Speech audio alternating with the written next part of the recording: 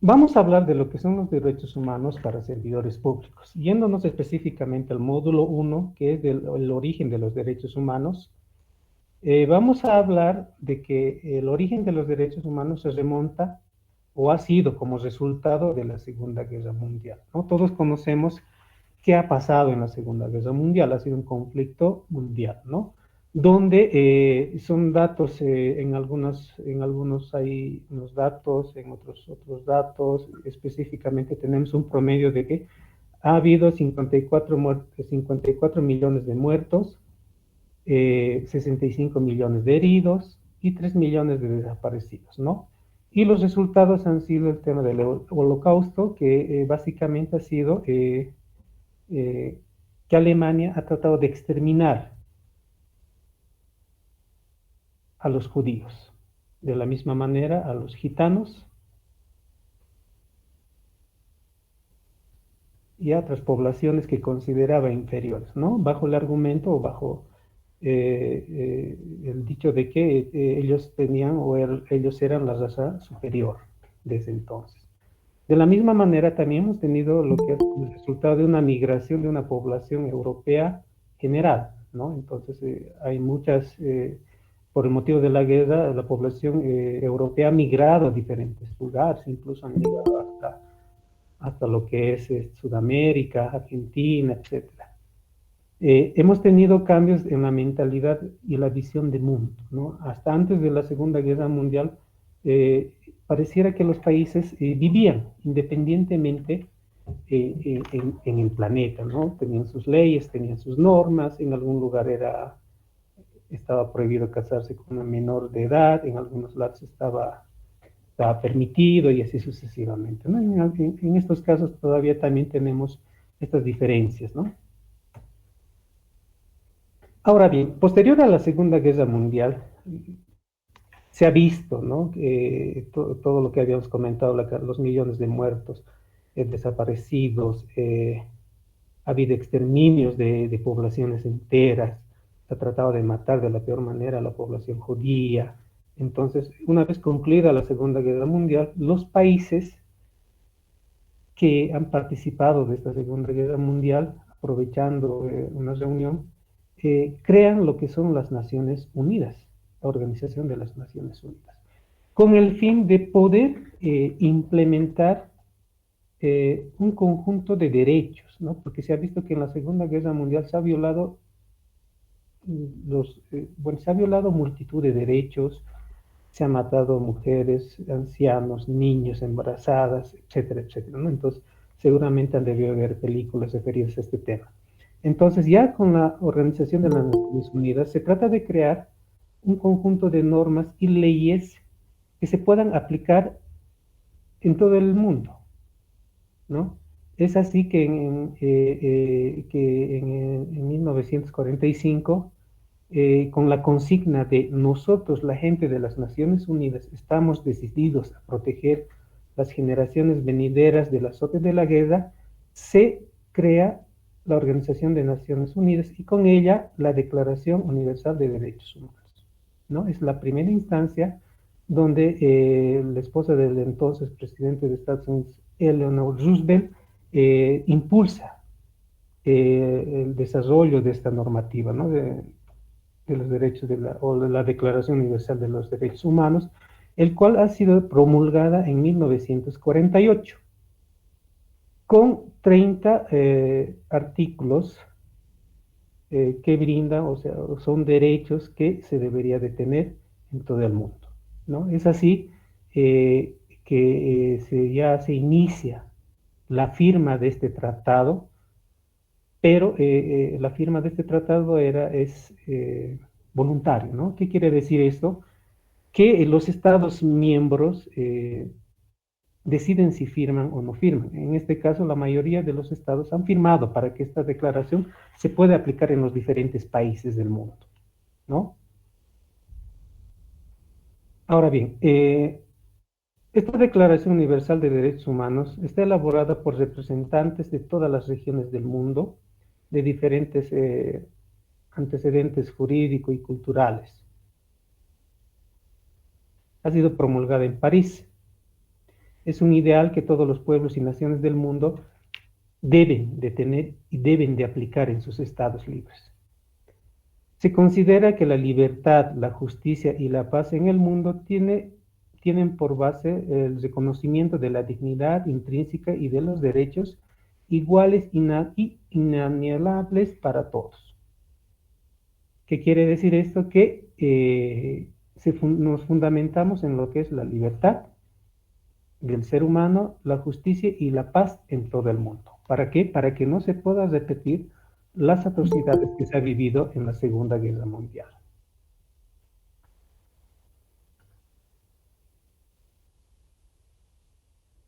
También se reconoce lo que es la dignidad intrínseca de los derechos, ¿no? ¿Qué quiere decir esto? Que si bien el derecho no se puede ver, no se puede tocar, pero está ahí presente, ¿no? Nos regimos por 5 principios normativos, que son las bases o los pilares de todos los derechos inscritos en la Declaración Universal de Derechos Humanos, que son la libertad, la igualdad, la dignidad y así como la justicia y el bien común. Habíamos mencionado que se tiene 30 derechos humanos. Estos 30 derechos humanos están inmersos en todos los estados o en todos los países del mundo. ¿Qué quiere decir esto? Que si aquí en Bolivia tenemos derecho al debido proceso, también lo tenemos en Perú, en Argentina, Ecuador, Estados Unidos, Inglaterra, todos los países miembros de la Unión, de la ONU, aplican estos derechos en todas sus constituciones. Y de la misma manera replican en las diferentes leyes que se tienen, ¿no? En Bolivia, por ejemplo, tenemos un montón de leyes donde estos derechos están reconocidos y también están sustentados y garantizados por el Estado. No los vamos a decir, lo tienen seguramente en ¿no? en sus módulos. Ahora pasamos a lo que es el módulo 2, el concepto y principios de los derechos humanos. En este aspecto vamos a decir que los derechos humanos son derechos que tienen toda persona en virtud de su dignidad humana, son derechos inherentes a las personas, se definen las relaciones entre los individuos y la estructura de poder, especialmente el Estado, y delimitan el poder del Estado. ¿Qué quiere decir esto? Que los derechos humanos, como habíamos dicho, están presentes. No se pueden negar, tampoco cambiar a las diferentes personas, sin importar su nacionalidad, su sexo, su raza, su religión o cualquier otra diferencia que se tenga. Definen o norman la relación de los individuos. ¿Qué quiere decir esto? No solamente es el Estado quien puede vulnerar los derechos humanos de las personas o de grupos, sino también las organizaciones, los sindicatos, entidades privadas, ejemplo claro, el Banco Fácil, ¿no? Que está vulnerando un derecho no solamente a sus trabajadores, sino también a sus ahorristas, ¿no? Y también las estructuras de poder, ¿no? No por el hecho de que una organización, una asociación o un ente esté por encima de los demás, puede violar o vulnerar los derechos humanos de las personas o de cualquier otro grupo, ¿no? Entonces, se realiza o definen o regulan estas estructuras, estas relaciones entre individuos y estructuras en relación al poder que se ejerce entre personas o estructuras. Y decimos especialmente con el Estado. Sabemos bien que el principal vulnerador de los derechos humanos en todos los países es el Estado. Más adelante vamos a ver en qué sentido. Si bien el Estado es el responsable de garantizar el cumplimiento de los derechos humanos, de garantizar que se respeten los derechos humanos y de hacer cumplir los derechos humanos, el Estado es el principal vulnerador de derechos humanos. Mencionamos de que un ejemplo que tenemos, toda persona tiene derecho a la educación y a la salud, ¿no? en algunos aspectos el Estado no garantiza el tema de servicios de salud. ¿Qué pasa ahí? Está vulnerando los derechos. De la misma manera, el sector de maestros, por ejemplo, que entran, bueno, ahora no se ve tanto, pero antes se entraba en huelgas de hambre, se entraba en paros que duraba un mes, 2 meses. Ahí se está vulnerando un derecho, ¿no? Que es el derecho a la educación de nuestros hijos o de nuestros familiares. Ahí vemos dos ejemplos diferentes, ¿no? Uno, que el Estado, al no garantizar el derecho a la salud, está vulnerando el derecho de las personas a recibir salud. Pongámosle niños, mujeres embarazadas, personas adultas, etcétera, y etcétera. Y tenemos aparte, o al otro lado, una organización de maestros, pongámosles rurales y urbanos, que al exigir sus derechos, violan o vulneran los derechos de los estudiantes, ¿no? Lo mismo puede pasar que las cooperativas de agua potable, al no querer dotar de agua a una o a varias personas, están vulnerando el derecho o el derecho a servicios básicos, que es un derecho humano también establecido en lo que es la Declaración Universal de Derechos Humanos, ¿no? Entonces son diferentes aspectos que estamos viendo, que no solamente el Estado es el que puede violar los derechos humanos, ¿no? De la misma manera, la Declaración Universal de Derechos Humanos delimita el poder del Estado. Claro ejemplo que los miembros o los países miembros de esta organización han abolido o no está permitido establecer la pena de muerte ¿no? como una sanción, ¿no? ¿Por qué? Porque toda persona tiene derecho a la vida. Entonces, ese es un ejemplo, limita el poder del Estado. Cuando hablamos de derechos humanos, hablamos de su multiplicidad. ¿Qué quiere decir esto? Hemos visto que son 30 derechos humanos básicos que se tienen en todos los países, pero al parte de esos 30 derechos, cada país incluye otros derechos que considera que sean necesarios dependiendo de sus características, ¿no? Ahora bien, los derechos humanos son múltiples. ¿Qué quiere decir esto? Que atañen a todos los aspectos de la vida. ¿Qué quiere decir esto? Hablamos de lo que es la familia, el trabajo, el ocio, la educación, el esparcimiento, deporte, no sé, música, etcétera, etcétera, ¿no?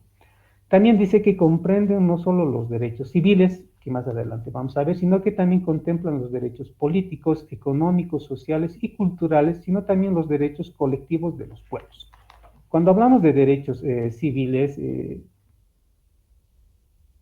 y derechos políticos, económicos, sociales, hablamos de diferentes tipos de derechos que, como lo ven, bueno, ustedes lo tienen completo en lo que es su módulo, ¿no? Y ahí hay un cuadro donde están establecidos todos. No lo vamos a repetir porque nos vamos a alargar bastante, ¿no? Pero todos estos derechos tienen subderechos, ¿no? Que están contemplados también en lo que es la Declaración Universal de Derechos Humanos. Entonces, no, los derechos no están separados de otros derechos. Claro ejemplo es de que si tenemos el derecho a la vida y a la salud, si digamos nos quitan la salud, no vamos a tener buena vida. O tenemos el derecho a lo que es la alimentación y la salud. Si nos quitan la alimentación, no vamos a tener salud, ¿no? Entonces, todos estos derechos están interrelacionados y son múltiples en sus diferentes aspectos que se tienen. Algunas características. Los derechos humanos son la suma de derechos individuales y colectivos establecidos en las constituciones nacionales y en el derecho internacional. Hemos dicho que cada estado o cada país garantiza los derechos humanos estableciendo normas y leyes, y estas normas y leyes están en sus constituciones políticas del Estado, y a su vez enraizadas en lo que van a ser las diferentes leyes que se tienen en cada país, ¿no? Ahora bien, los derechos humanos pueden definirse como la suma de derechos individuales y colectivos reconocidos por los estados y consagrados en las legislaciones. ya sean nacionales e internacionales. Hemos dicho que los países miembros de la ONU garantizan todos estos derechos en todo su territorio.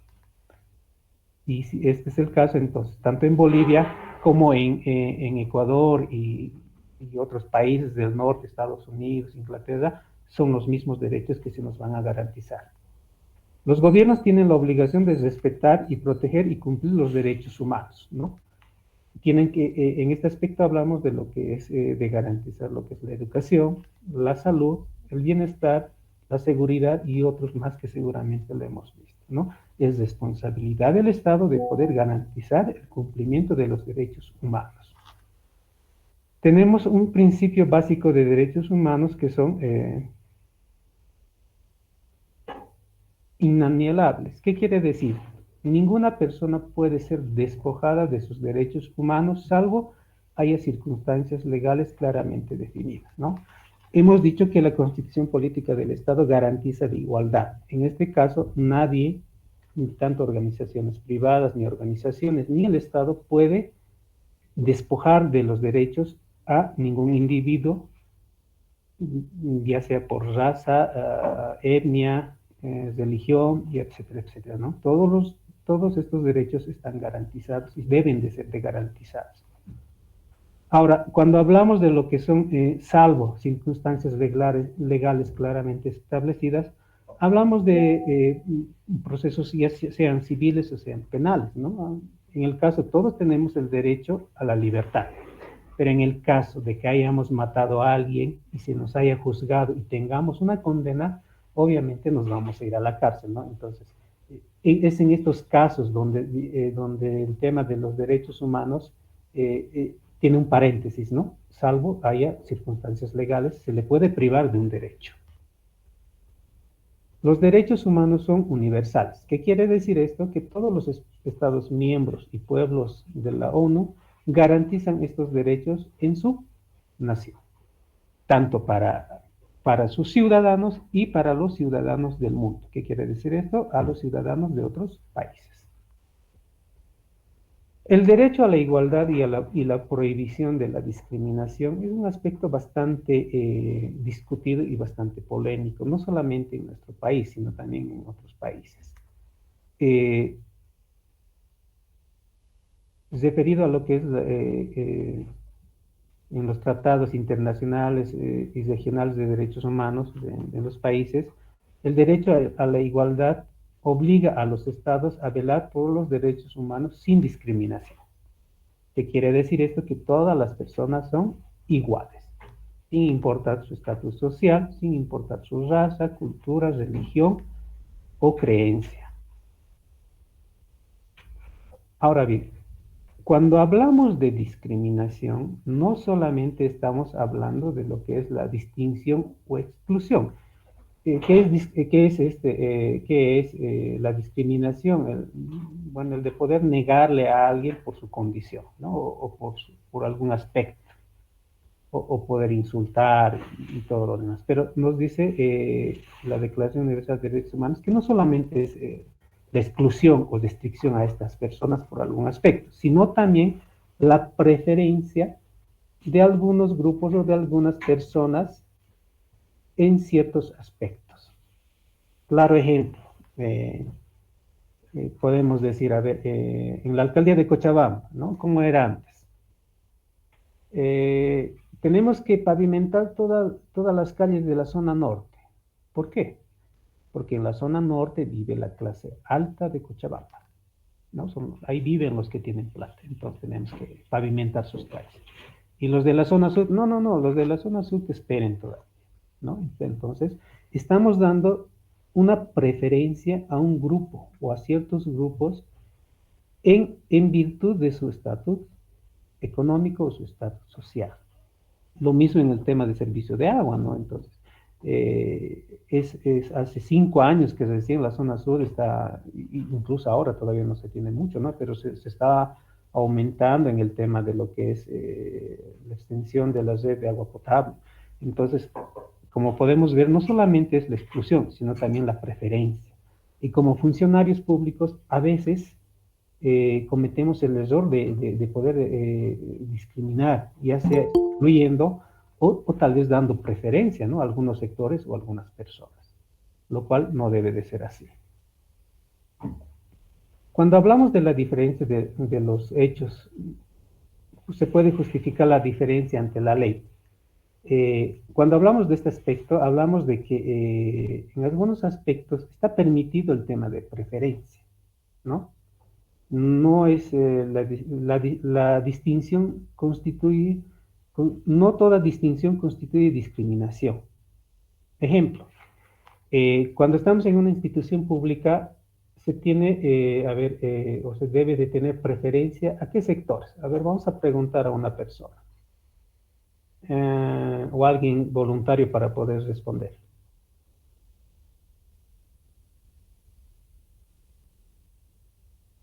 ¿Alguien quiere responder a la pregunta? ¿Qué sectores tienen preferencia en instituciones públicas para su atención?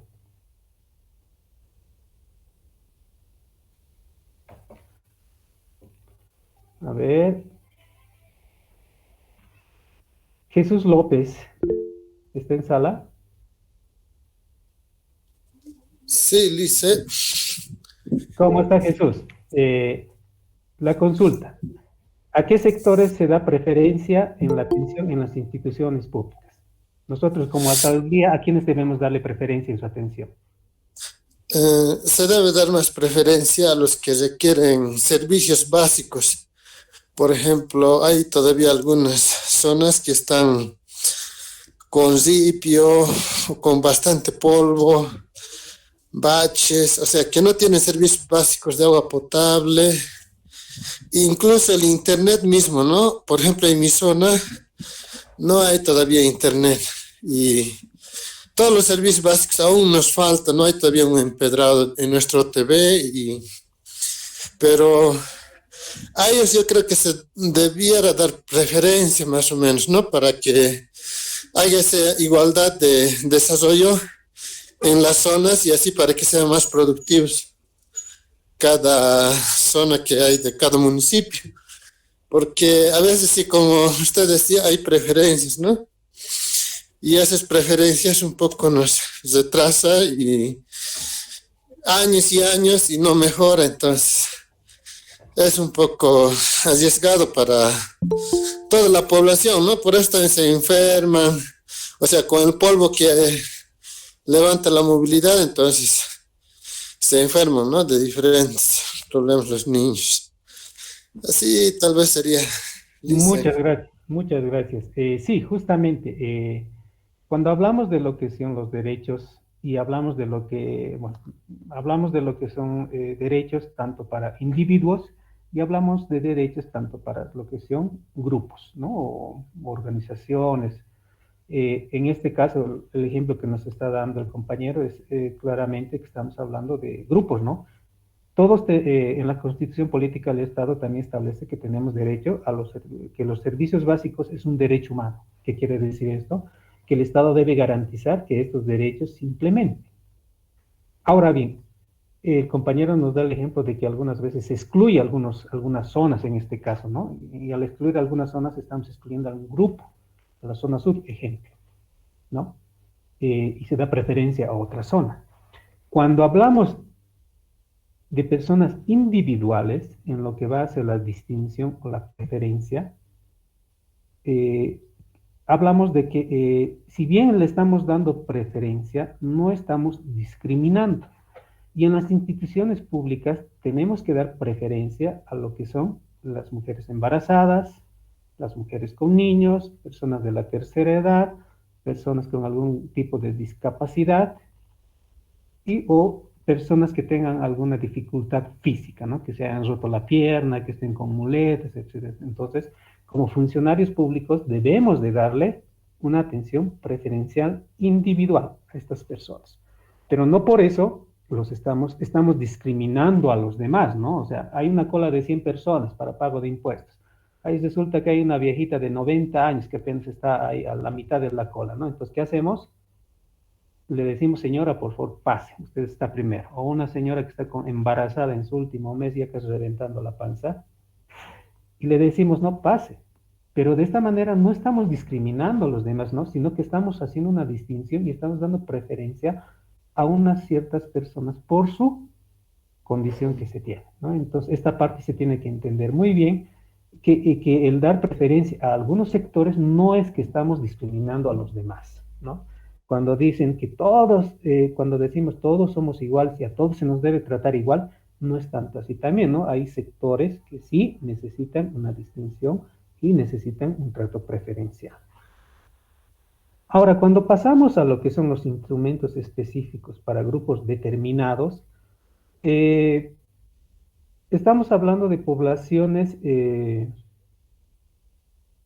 situación de riesgo, ¿no? Es así que el Estado debe de priorizar también, igual que en los municipios, la atención a estos sectores, ¿no? Ya sea con inversión, con políticas de Estado o políticas regionales, ¿no?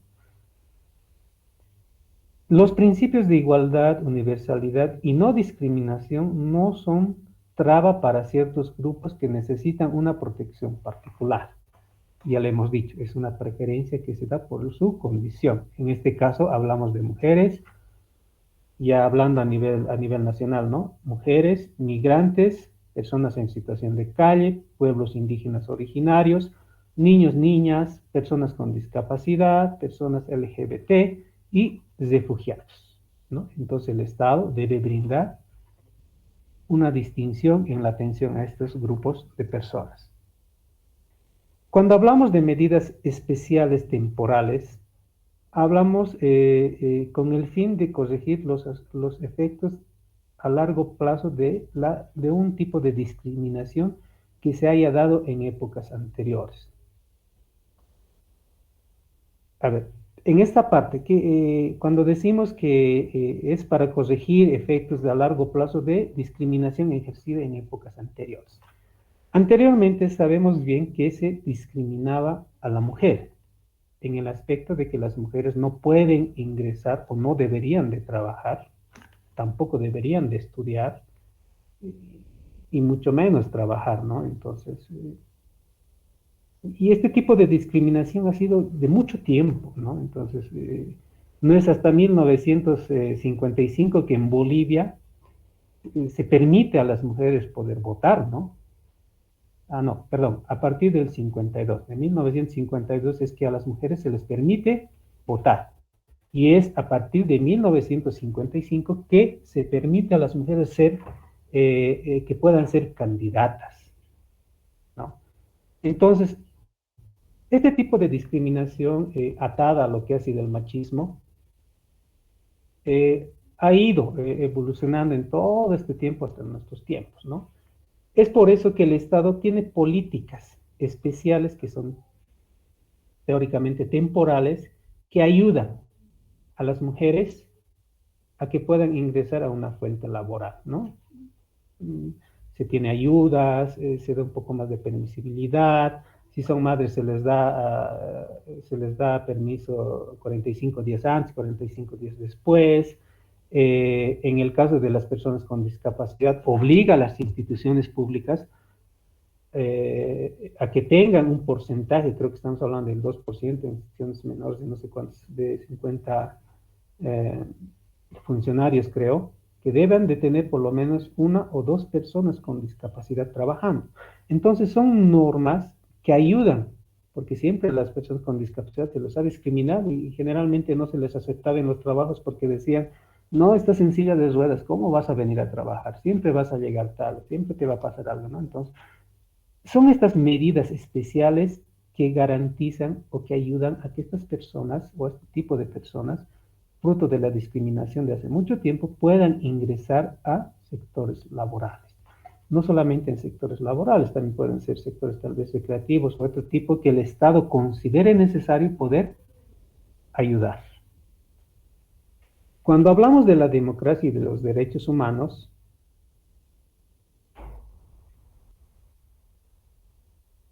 después de la Declaración Universal de Derechos Humanos,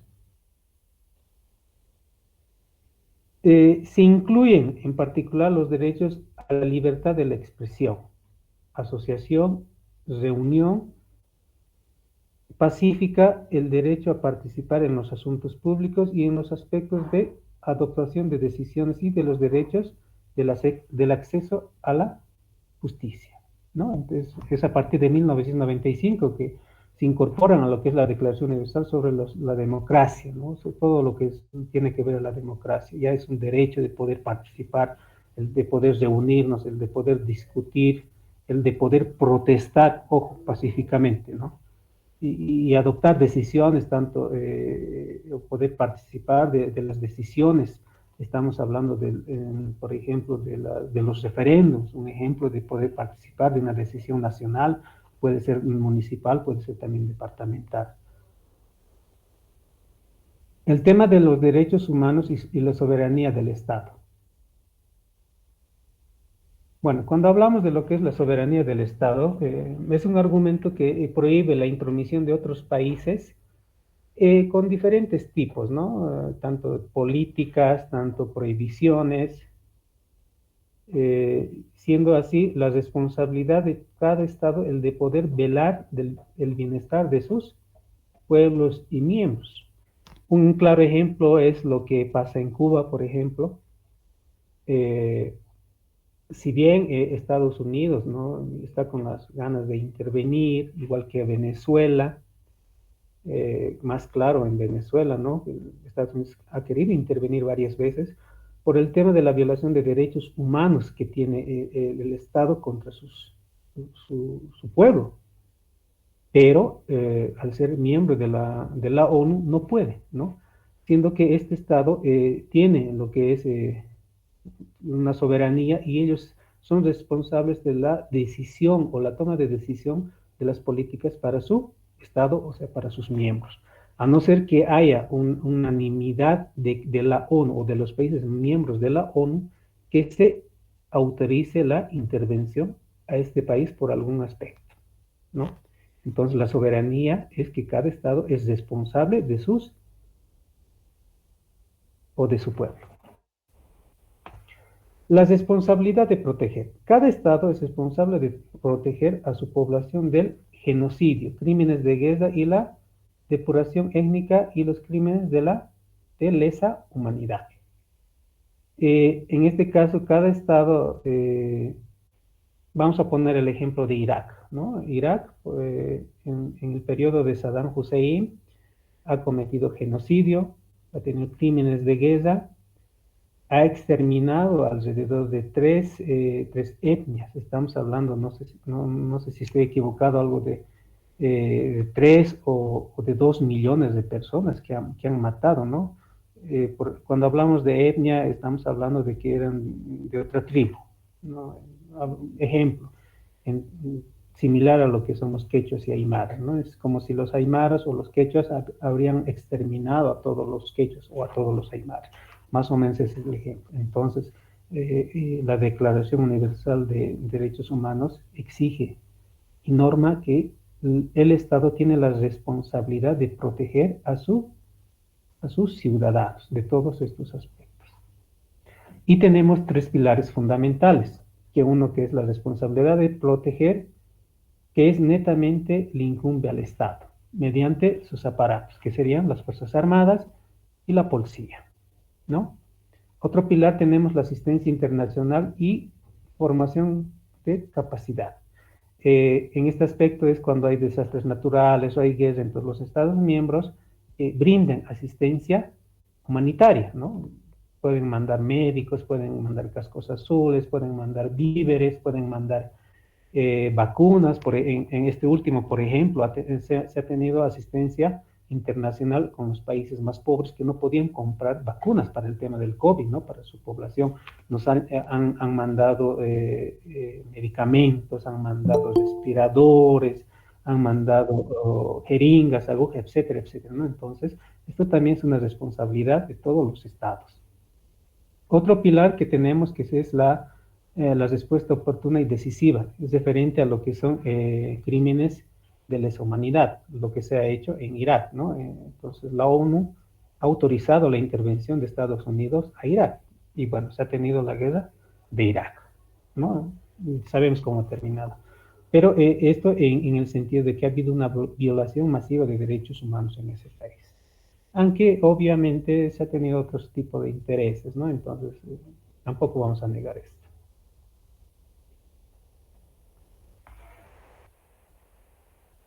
Pasamos a lo que es el módulo 3, que es lo que son los principios de aplicación de los derechos humanos.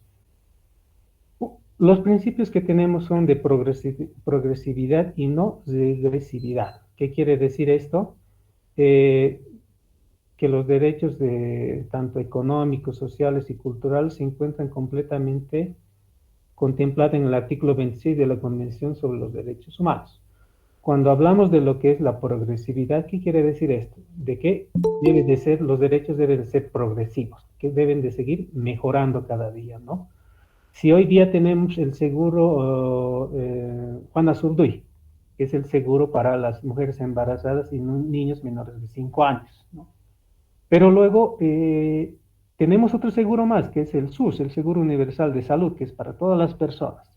Entonces vamos mejorando, ¿no? Entonces está establecido que estos derechos deben ser progresivos, que tienen que ir aumentando. Y no regresivos. ¿Qué quiere decir esto?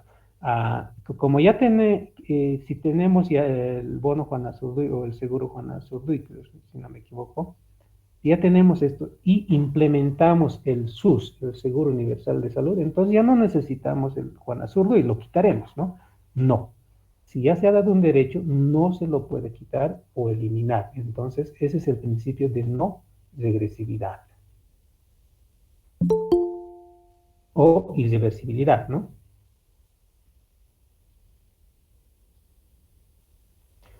Tenemos otro principio que es el principio de no discriminación. Ya hemos hablado de que la discriminación no solamente es la restricción o la preferencia, bueno, no solamente la restricción, sino también es la preferencia a ciertos grupos o ciertas personas.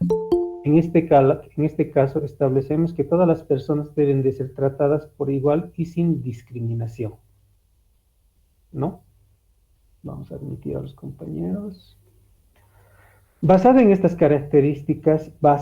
en características como la raza, género, origen étnico, religión, orientación sexual, discapacidad u otras, el Estado debe garantizar la igualdad de los derechos y oportunidades para todas las personas sin excepciones. Y tenemos dos dimensiones, que es la dimensión estructurada, donde dice que todas las personas son iguales ante la ley y tienen derecho sin discriminación a igual protección ante la ley por parte del Estado. Y una dimensión que es abierta o restringida,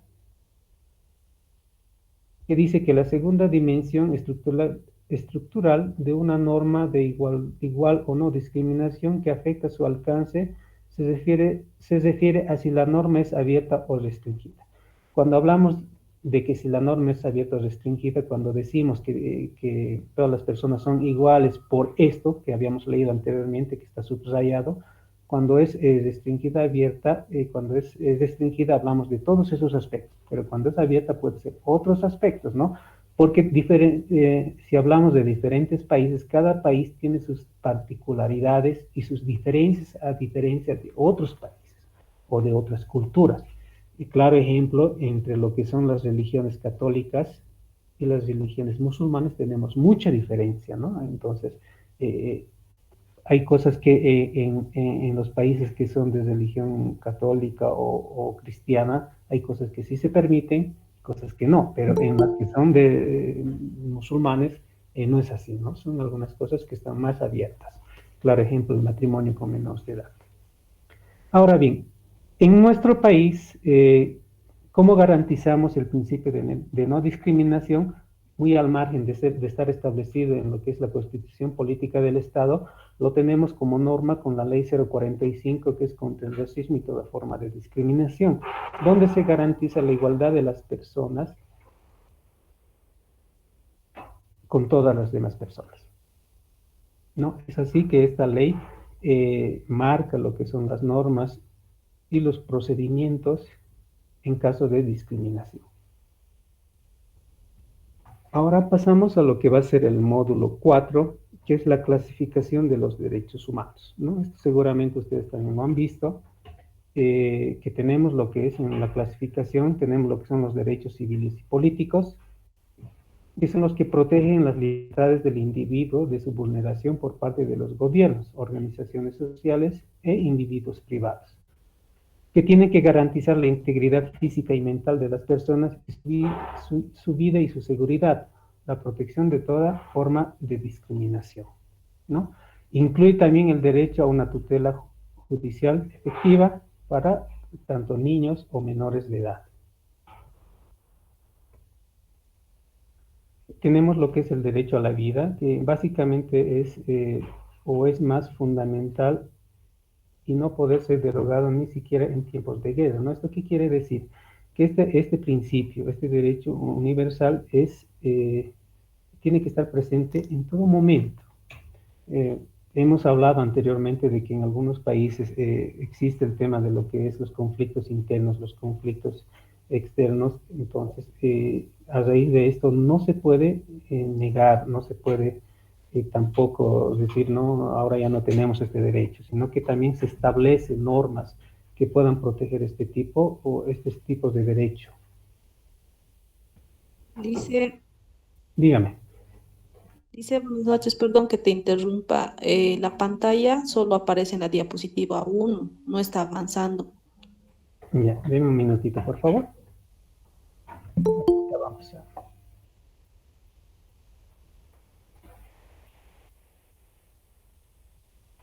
Les voy a compartir ahorita, denme un minutito.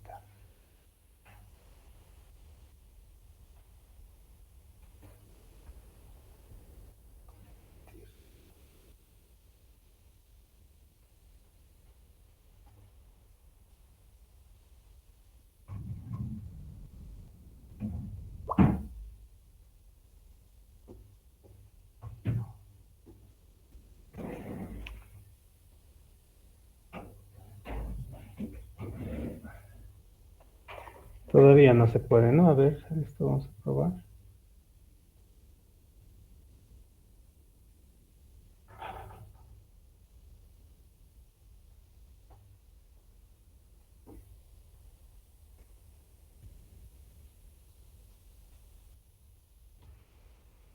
Ahora me confirman, por favor.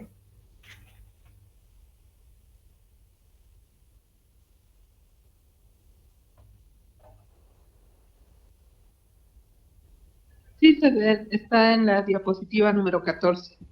Ya, perfecto.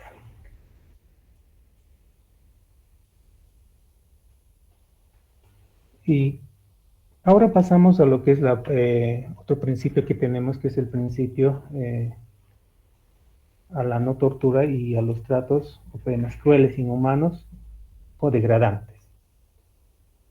De la misma manera, como habíamos anteriormente, hablando de lo que es el derecho a la vida, hablamos de lo que de que se tiene prohibido el tema de la tortura o todo tipo de forma de maltrato físico y mental, donde se debe de respetar el derecho a la integridad y a la dignidad de las personas. Este, siendo un derecho, no puede ser derogado ni tampoco en ningún tipo de circunstancia alguna.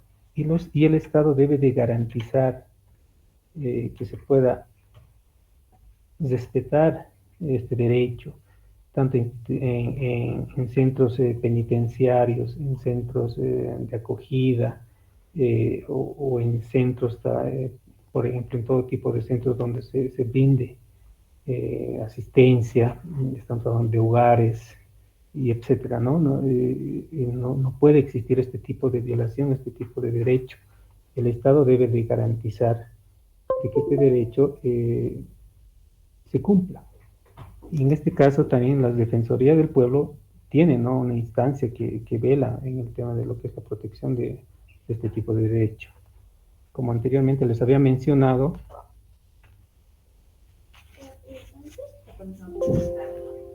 el derecho a la libertad y a la seguridad personal. Bueno, en este caso se tiene por objeto proteger contra el arresto y la detención arbitraria o ilícitos en contra de la realización internacional de lesiones corporales y psicológicas. independientemente de que la víctima se encuentre arrestada o no. Entonces, como anteriormente hemos mencionado, una de las instancias que más vulneraciones a los derechos humanos os realiza es la policía, ¿no? Entonces, en este caso, toda persona tiene derecho a la seguridad personal. En el caso de lo que son los arrestos y las detenciones arbitrarias, siempre tienen que estar enmarcados en una legalidad que ya se establece en las diferentes normas que se tiene como Estado, como institución.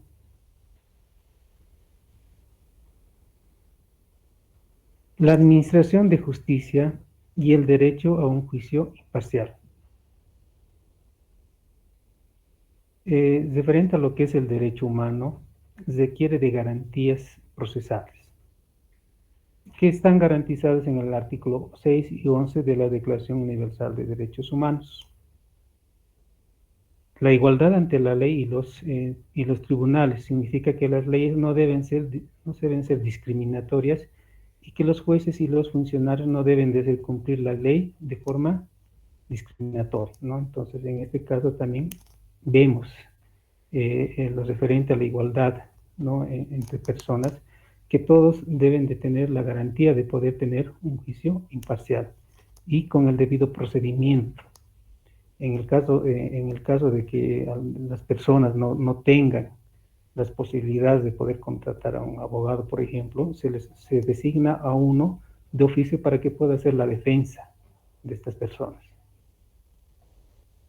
Cuando hablamos de la igualdad de derecho, de la igualdad ante la ley, esto significa que todas las personas tienen el mismo derecho a acceder a la justicia en todos los sistemas jurídicos y judiciales del país, ¿no? Y en este sentido también tanto los funcionarios públicos deben de garantizar que este proceso sea igual para todos.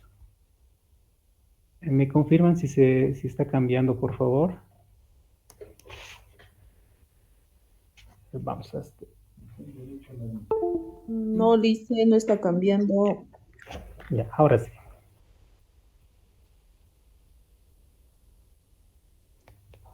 Ahora sí se ve, ¿no? Sí. Ya, perfecto. Sí, El sí, derecho a la vida. Ya, gracias. El derecho a la vida privada y a la protección de la vida familiar. Cuando hablamos de lo que es el derecho a la vida privada, hablamos de que todos tenemos derecho a que los aspectos de privacidad familiar en el tema de salud y otros temas también sean privados y tienen que ser respetados por todas las personas y también por el Estado. En claro ejemplo hablamos de lo que son, por ejemplo, el tema de lo que es el trabajo. Algún compañero anteriormente estaba me preguntando, ¿no? ¿Qué pasa con el tema de la prostitución? Es un aspecto de la vida privada también. El tema del aborto, el tema de lo que son el tema de vestimenta y otros códigos sociales y culturales que se tiene también están enmarcados dentro de lo que va a ser la vida privada de las personas o también de las familias.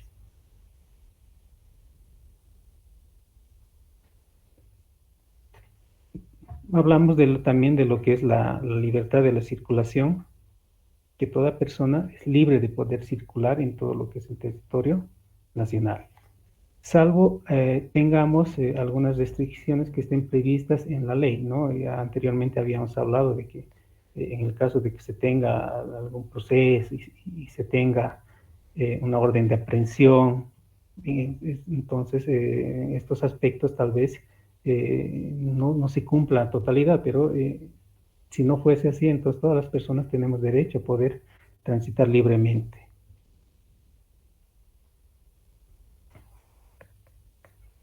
Y también hace rato estaba comentando una compañera, ¿no? En el chat que decía, cuando había pandemia no nos dejaban salir, ¿no? Entonces, en este aspecto también, cuando la ley establece esta restricción por el bien común, Entonces, se tiene que cumplir, ¿no? No es que el Estado ha vulnerado nuestro derecho a no poder salir en pandemia, a no poder hacer fiesta, o a no poder otro tipo de actividades, ¿no? Entonces, ha sido justificado por lo que ha sido que teníamos una pandemia, ¿no? Y no es que se haya cortado los derechos.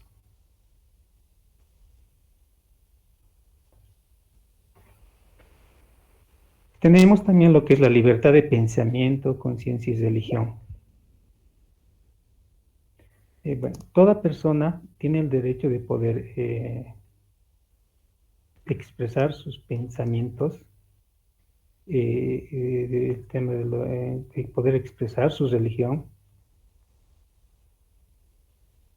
Esto forma parte de sus principios, pensamientos, opiniones y conciencia, convicciones que toda persona debe de tener. De la misma manera, hace rato igual una compañera mencionaba de lo que es el tema del adoctrinamiento, por ejemplo, en las escuelas, ¿no? Entonces, el Estado debe de proteger de la misma manera el tema de poder no coartar la opinión de los padres de familia, como decía, ¿no? Que reclamaban el tema de los materiales que se les ha entregado y decían que no estaban de acuerdo con lo que decían los libros de historia, creo, ¿no? Como comentaba la compañera y mencionaba, ¿no? Que solamente se tenía 12 presidentes, que todos los presidentes anteriores al 2006 eran malos y a partir del 2006 recién hemos empezado el desarrollo y todo lo demás, ¿no? Que básicamente ha sido El Salvador, eso es lo que mencionaba anteriormente. Entonces, a esto se llama adoctrinamiento, ¿no? Entonces, este aspecto también está ya previsto, ¿no? Entonces, tanto los padres de familia, los profesores tienen la libertad de poder expresar el pensamiento, ¿no? O la opinión que tienen respecto a estos materiales que se ha dotado por el Ministerio de Educación. Cuando hablamos de lo que es la libertad de opinión y expresión, si bien todos tenemos el tema de la libertad de poder expresar nuestra opinión, tenemos que tener cuidado en el sentido de que expresar una opinión no tiene que necesariamente implicar en caer en acusaciones, en poder mellar la dignidad de las personas, porque esto ya es, ya estaríamos cometiendo, ¿no? Un delito. Anterior también habíamos conversado sobre el poder de dar opiniones respecto a personas que no estén fundamentadas o que no sean ciertas, ¿no? En este sentido, estamos ya mellando la dignidad de las personas, estamos haciendo falsas acusaciones, y esto no implica el de poder dar, esto no es un derecho el de poder ofender a otras personas. Como anteriormente decíamos, los derechos humanos básicamente defienden la dignidad de las personas, ¿no? Y si hiciéramos este aspecto, estaríamos ya cometiendo o violando el derecho humano de otra persona. Tenemos lo que es el derecho a una reunión, siempre y cuando sea pacífica, ya sea de asociaciones, de organizaciones, para poder deliberar, para poder compartir opiniones, para poder tomar decisiones, siempre y cuando, repito, estas reuniones sean de forma pacífica. Tenemos el derecho de poder participar en los diferentes asuntos públicos que se tienen, ¿no? Tenemos el derecho general de la participación pública, el derecho a votar y a ser elegido, a la igualdad del acceso a la función pública, ¿no? Todas las personas tienen derecho a ser funcionarios públicos. Anteriormente mencionaba, a mí no me han dejado entrar porque no tenía título título en provisión nacional. Todos tenemos el derecho, siempre, bueno, algunas instituciones se tienen, ¿no? Los requisitos mínimos que un funcionario debe de tener para poder ejercer algún cargo público, y si este requisito está inscrito, entonces necesariamente se lo tiene que cumplir. No es así que se está violando su derecho humano de poder, de su accesibilidad a la función pública, ¿no? Creo que con esto hemos respondido a la compañera que hace rato estaba escribiendo este aspecto.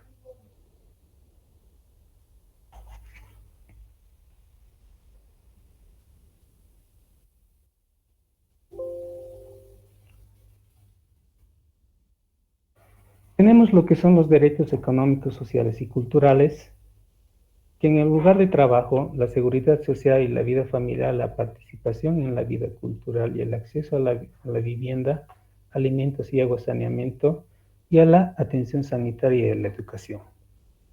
Cuando anteriormente hablábamos del derecho a la salud y a la alimentación, hablamos de lo que es el tema de pobreza, ¿no? Por ejemplo, y se ha visto que en los países donde se tiene pobreza, la violación de los derechos humanos por parte del Estado es mayor que en los países que no tienen alto grado de pobreza.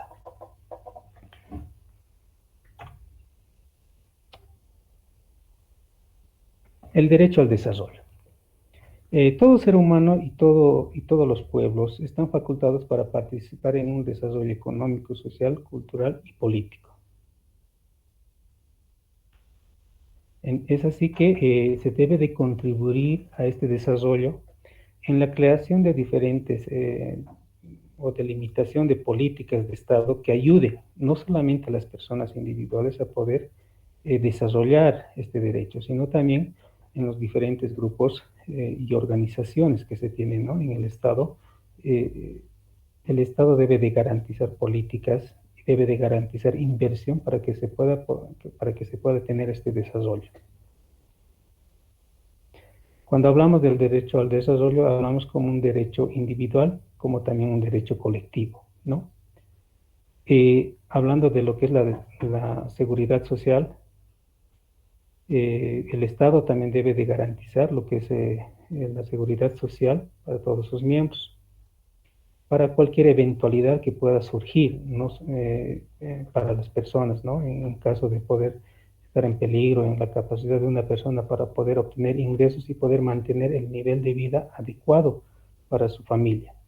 En este caso estamos hablando de lo que es la asistencia médica, las prestaciones monetarias de enfermedad, prestaciones de desempleo, prestaciones de vejez, prestaciones en caso de accidente de trabajo y de enfermedad profesional, prestaciones a la familia y a la maternidad, prestaciones de invalidez y prestaciones de sobrevivientes.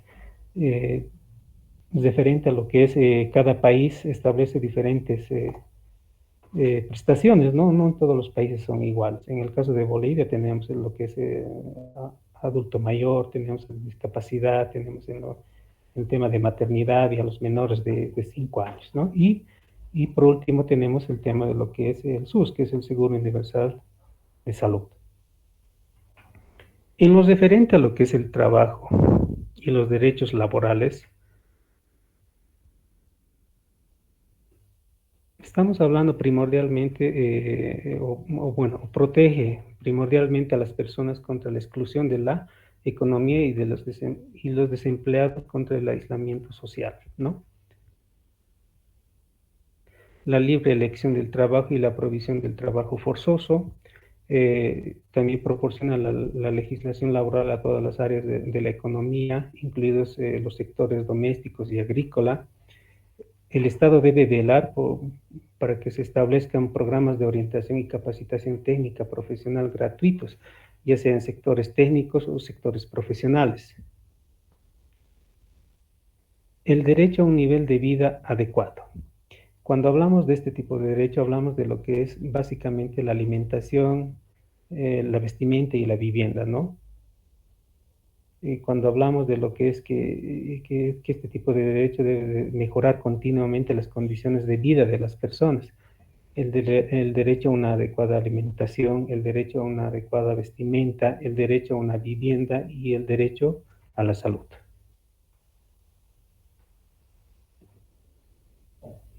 Cuando hablamos de lo que es el derecho a la alimentación, hablamos respecto a lo que es una alimentación adecuada, en que el Estado debe de también tener políticas de producción, tanto en el sector agropecuario.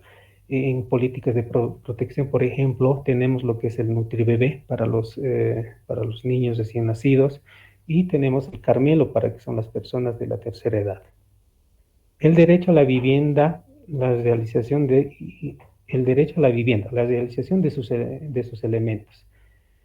Cuando hablamos de lo que es el derecho a la vivienda, no estamos hablando básicamente de que el Estado debe de dotar viviendas a todas las personas, ¿no? Sino que estamos hablando de la seguridad jurídica de la tenencia de la vivienda, la disponibilidad de la infraestructura de la vivienda y los gastos, y que el gasto debe de ser soportable tanto para la población, ¿no? En diferentes servicios de luz, servicios de agua, servicios de electricidad. Y también lo que es la habitabilidad de lo que es la vivienda.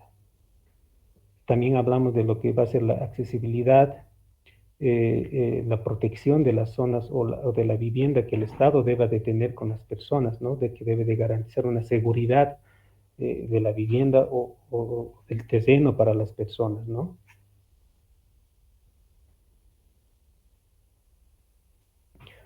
Ahora pasamos a lo que es el derecho a la salud. Abarca una amplia gama de factores socioeconómicos que promueven las condiciones, ¿no? Cuando hablamos de lo que son las condiciones, hablamos de que hay diferentes factores que determinan estas condiciones, como por ejemplo la alimentación y la nutrición de las personas, la vivienda, ¿no? El acceso al agua limpia, potable y en condiciones adecuadas, condiciones de trabajo seguras y sanas, un medio de ambiente sano. Entonces, estos son los factores que el Estado debe de cuidar o de garantizar para que las personas tengan una salud adecuada, ¿no? Ya que si el agua potable que tenemos no está tratada, está contaminada, no vamos a tener salud. Si la vivienda que tenemos no es segura, no tiene protección, de la misma manera, ¿no? Cualquier antisocial puede venir, puede pasar cualquier cosa y también estamos atentando contra la salud de las personas. El tema de la alimentación, ¿no? El Estado debe de regular, debe de verificar y debe de controlar la alimentación que se está dando, ¿no? El tema de lo que son la utilización de productos químicos para la producción de diferentes productos. El derecho a la educación. Bueno, esto creo que la mayoría ya saben, ¿no? Que el derecho a la educación debe de ser libre y gratuita. En la instrucción elemental es obligatoria. Las instrucciones técnicas profesionales deben de ser generalizadas para toda la población y el acceso a la educación superior, debe de ser igual para todos, ¿no? En igual de oportunidades. Pasemos ahora a lo que son los derechos culturales. Toda persona tiene derecho a tomar parte libremente en la vida cultural de la comunidad, a gozar de las artes y participar en el progreso científico y en los beneficios de que de él resulten, ¿no? Estamos hablando de lo que es la vida cultural, los beneficios del progreso científico y de sus aplicaciones. Estamos hablando de tecnología, estamos hablando de salud, claro ejemplo, la vacuna contra el COVID, el derecho a la protección a la propiedad intelectual, ¿no? Que este derecho creo que mucho no se ve en lo que es el estado de Bolivia, donde la propiedad intelectual debe de ser respetada, no solamente por el Estado, sino también por todas las personas. La libertad indispensable para la investigación científica y la actividad creadora, ¿no? Que el Estado debe de... un momentito, vamos a admitir al compañero. Ya, decíamos que el Estado debe de incentivar lo que es la investigación científica, el tema de la actividad creadora, no solamente en las instituciones de educación superior, sino también en las escuelas técnicas que se tiene. Vamos a hablar ahora un poco de los derechos de los pueblos o los colectivos, ¿no? Dice, un momentito, vamos a...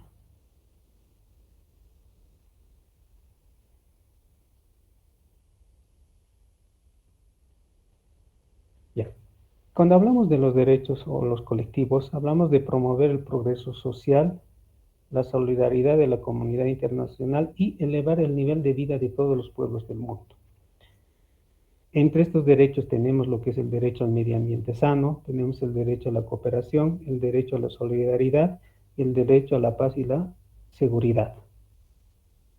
Entre los derechos colectivos tenemos lo que es el derecho a la tierra, al territorio, el derecho a la libre determinación, que anteriormente ya lo habíamos visto, el derecho al medio ambiente y recursos naturales, y el derecho a la administración y sus sistemas jurídicos.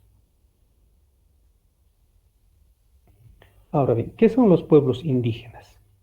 Bueno, aquí tenemos dos conceptos diferentes que según el convenio de 1969 de la OIT, Organización Internacional del Trabajo, dice que los pueblos indígenas son los descendientes de poblaciones que habitaban en el país o en una región geográfica a la que pertenece el país en la época de la conquista o la colonización, o del establecimiento de las actuales fronteras que conservan instituciones sociales, económicas, culturales y políticas por parte de ellas, ¿no?